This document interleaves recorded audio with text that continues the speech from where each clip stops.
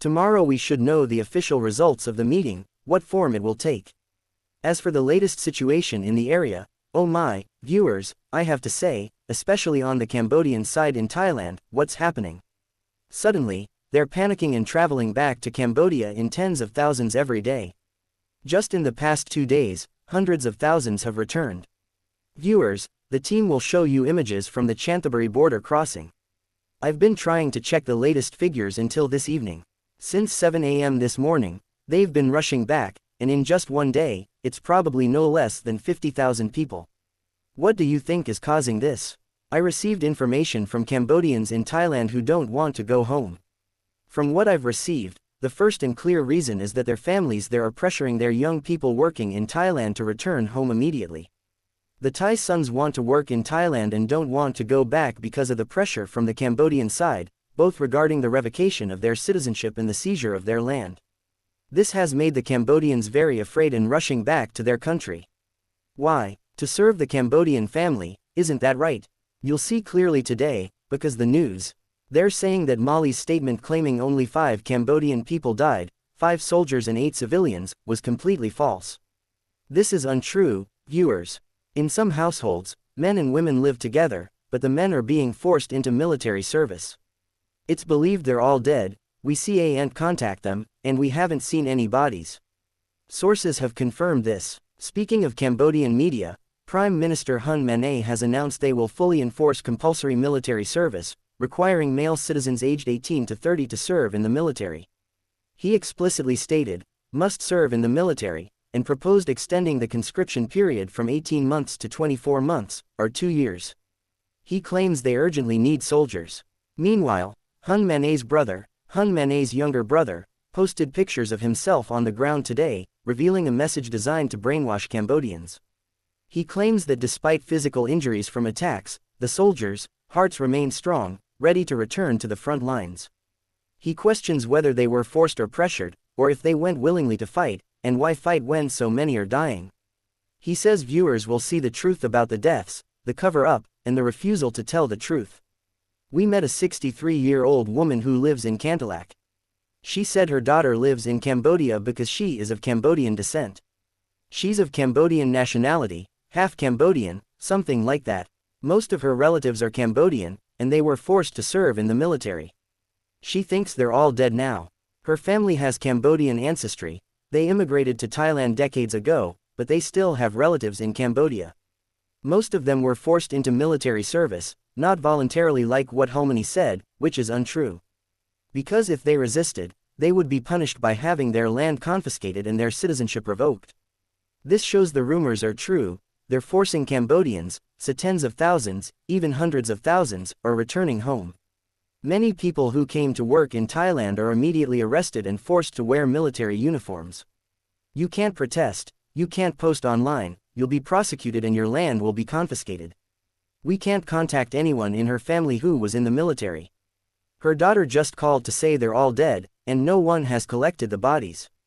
She also said that the atmosphere in Cambodia is full of fear because if anyone posts on Facebook looking for relatives or expresses criticism of the government, they will be prosecuted immediately. Not only the person posting, but their family will also be arrested. Wow, viewers, this is war crime, this is true dictatorship. She continued that she's still trying to contact. I can't contact my daughter. I don't know if she's alive or dead, or what her condition is, but I can't do anything because just asking for news or information on social media risks getting your whole family arrested. Wow, I knew it. They're forcing, pressuring, and intimidating Cambodians like this. Listen to this. Greater than a woman called in and said greater than yes greater than her relatives in Cambodia called and said that all their family members are dead. If they don't go to the military, they'll be arrested and forced to serve. Greater than greater than they're letting Cambodians stay there. If anyone doesn't go, they'll seize the land, the farms, everything. They won't even give them Cambodian citizenship anymore. Greater than they're afraid they won't get their land back, so they went back. They went back to serve in the military. Greater than can we contact our relatives who are in the military? Greater than no, not at all. Greater than anyone who posts anything will be arrested. Greater than meaning, if we post about looking for our relatives, greater than we'll be arrested. If you're not afraid to die, why would you come here? Greater than wow, that sounds incredibly evil. Or more. A video that's going viral on the Army Military Force Facebook page shows an 87-year-old Cambodian soldier waiting to say goodbye to his daughter, a community pharmacist, who is going to reinforce troops on the Cambodian border. At 87, barely able to walk, he still has to wear his military uniform to go to work. This is blatant cruelty against the Cambodian people. When will you finally open your eyes? You live a life of luxury and comfort, yet you oppress and torment soldiers. Even when soldiers die, you don't collect their bodies. If relatives search for them, the entire family is prosecuted. What's going on? And that's not all. Just now, Hun Manet said he visited the hospital, and wow, the doctors were taking such good care of them. He wanted to go back and treat soldiers on the front lines. Look at the reality. Here are some pictures from the line group. Our team is showing you the condition of the Cambodian soldiers lying there, receiving treatment as best we can. They're infected with diseases, and we don't know what they're suffering from. We're not sure if the disease is spreading from the corpses. This is the condition of the hospital beds. The pictures Hun Manet posted are all well presented, his statements are all beautiful. But this is the reality, viewers. Many soldiers have high fevers, chills, sweating, headaches, and body aches. We're not sure what they've contracted. The doctors at the local hospital in Samrong district can't even give an answer because they lack the necessary medical equipment. They're just taking paracetamol to survive and are on IV drips. Some experts are assessing. The picture looks like it might be malaria, and it can be fatal, let me tell you. If Hun Sen hadn't told me, and this is from the era of people clashing with the news, then if it's malaria, it can be deadly, especially if it's jungle fever as well. Be careful, this picture leaked into a group.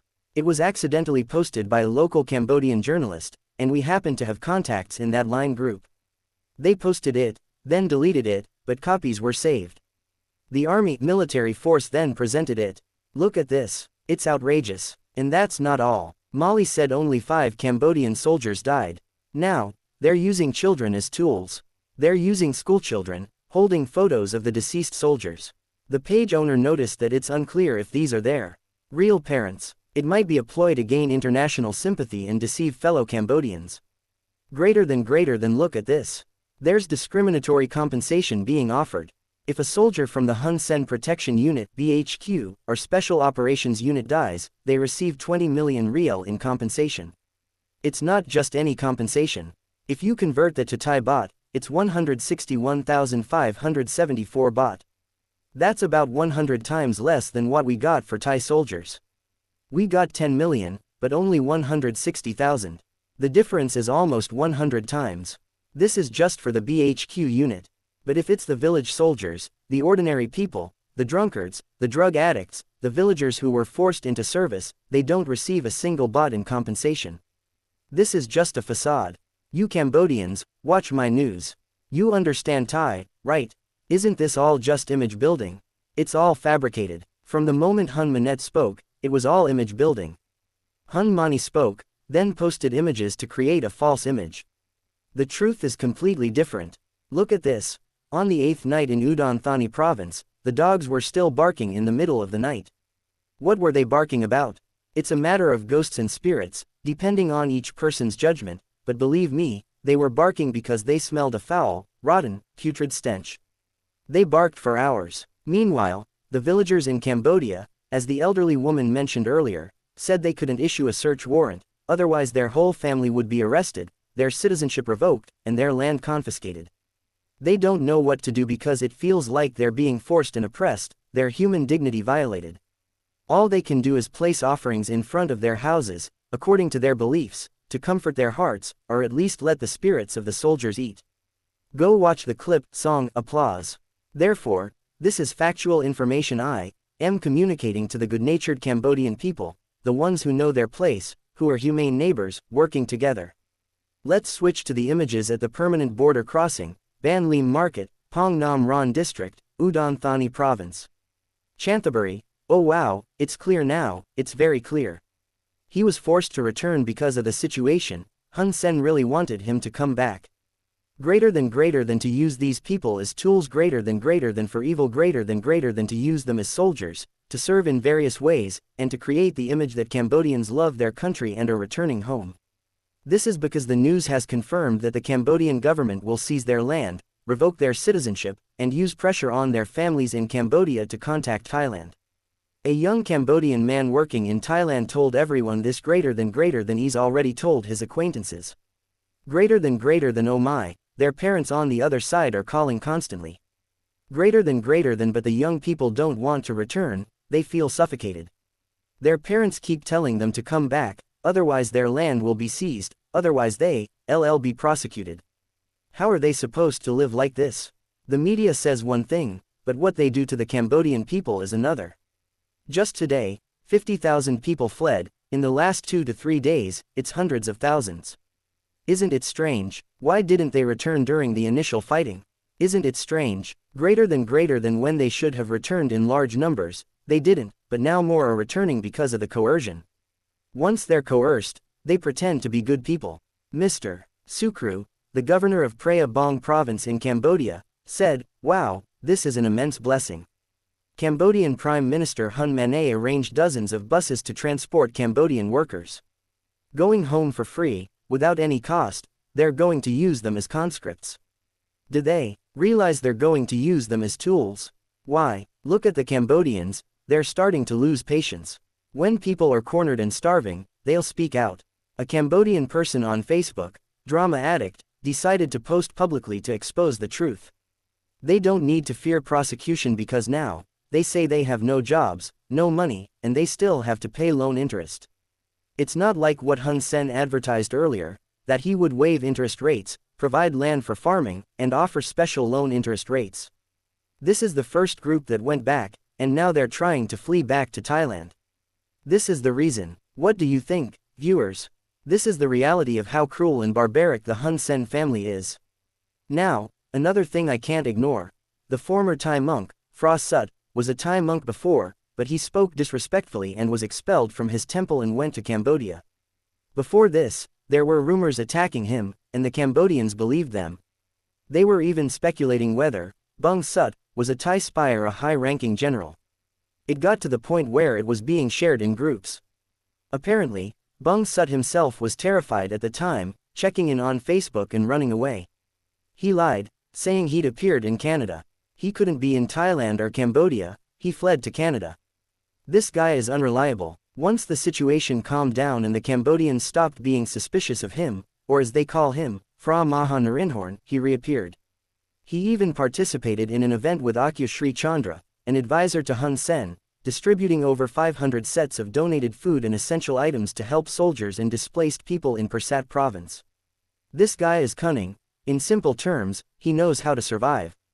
But his character is ingrained, a bad habit he can't change. He once insulted Thais and ordered Cambodian soldiers to shoot people from Surin. How can you respect someone like that as a monk? He's just a bald man in yellow robes, isn't he? In short, he's not a spy. The Thais chased him away themselves. Before, there was a lot of manipulation, and people believed it wholeheartedly. Now it's over. Okay, enough spinning. Now let's look at another person.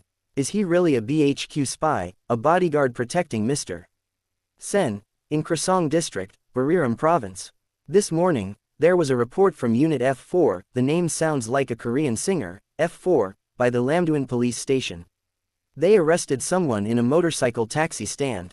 Greater than he claims to have a Thai wife, but it seems like Cambodian BHQ spy. Greater than he admits that he is no longer a spy for Cambodia, but he used to be one. Greater than he was indeed in the BHQ unit and left the military in 2021. Greater than you can't just say that. There are photos and information on his phone as evidence.